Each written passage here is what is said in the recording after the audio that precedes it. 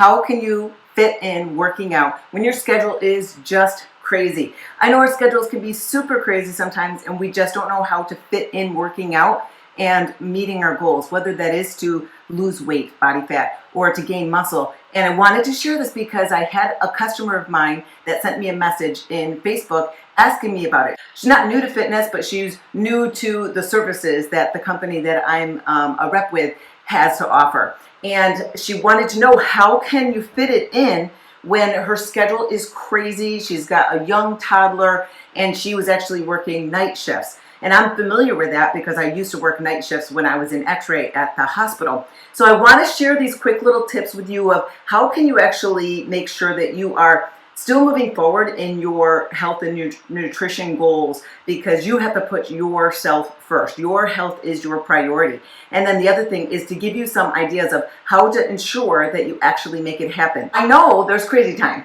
and you just got to be chill, like chill out. You don't have to be perfect with your workout schedule or your eating. And if you're either doing it right or wrong, there's got to be levels of gray in between. I understand sometimes we're in situations where it's just impossible. But let's start with the first things that we have to identify. What's most important is you have to be realistic with your goals. So if you're thinking, I want to do a fitness competition, but life is so chaotic that you can't follow a simple system, a workout, a program, and you're exhausted and you're pushing and burning both candles at the end, it's probably not a good idea to do that right now in this time of your life. So set realistic goals. We go through these peaks and valleys of our schedule in our life. Sometimes things are just swift and easy and everything's like awesome and we feel awesome. Everything is awesome. Like everything is great. But then we get super crushed and busy sometimes around the holiday times or during a funky season. You get in these sweeps in and out, and you have to ride those, and you have to be okay with it. Your goals could be just really moving at maybe a slower pace. Maybe your weight loss is going to be at a slower pace because of you trying to get used to a schedule. So set realistic goals. The second thing is to have layers for the options of your workouts. So not so much just exactly layers of accountability, but you have to have different layers of what can you do to work out. Now, if I'm using the example for myself, when I was working in the hospital at night shift, the only place that I worked out was at the gym. Because back then, I didn't think you really could get an effective workout by doing any videos or doing any home workouts. That only the dedicated and the true fitness-minded people went to the gym. So for me, I thought you have to go to the gym to work out. That was my mindset. That's not a correct mindset, especially nowadays. Nowadays, there's so many options for you to work out. But that's also a problem. Because if there's so many options for you to work out, you can easily be distracted by shiny things and constantly jumping ship to try something else. You got to pick something and stick to it. And that is later on my plan here for you, is you do need to have something that you are sinking your teeth into and are following it.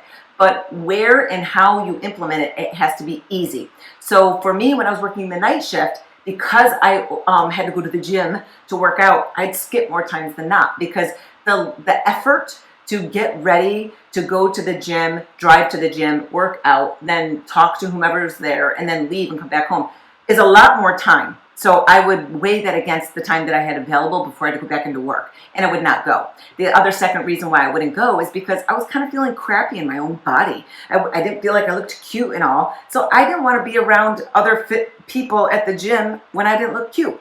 So I would skip it more times than not. You have to have different options. So sure, you can have a gym membership, go for it.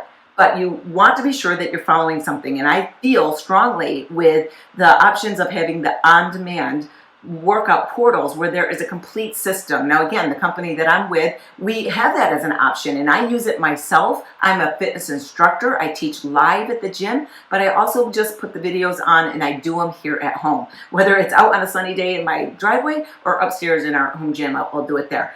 But I'll do that too, and sometimes I'll just make up my own stuff. Have different options. Here's some suggestions. So if you have a gym, great, go for it. But you want to have some resource online, a system to follow. And you know what? Yes, there's amazing beautiful abs and people on YouTube sharing a lot of workouts, but you know what? They're not a system. What they are is just basically marketing. They're creating content for marketing, and I'm guilty of this myself.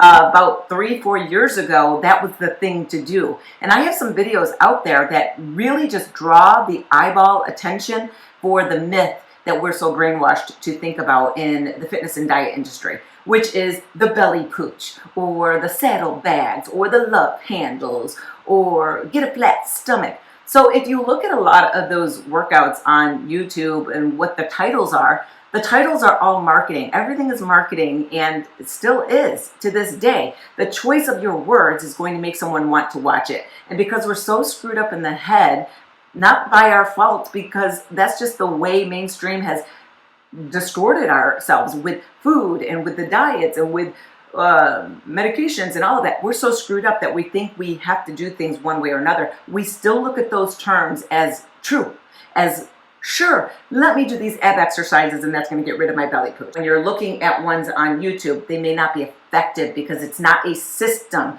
If you're looking at your week, you have to be sure that your weight training, resistance training, each of your body parts. So yes, we got different body parts. You've got your chest muscles, your back muscles, your biceps and triceps, back and arms, and all of that. So you want to be sure that you're training your muscle groups. That's something you want to be sure that you're doing, is following a weekly schedule that is targeting each body part, but also effective with your cardio. And that's including HIIT training as well as long steady state type training and stretching. Let's throw that one in there too.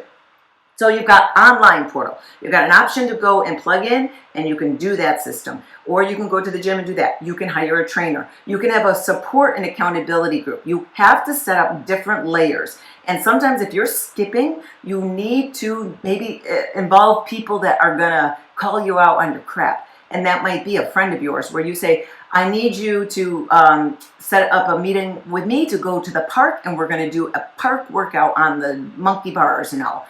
So you're setting up that accountability with your friend, which you don't want to disappoint. So you're going to make sure that you follow through.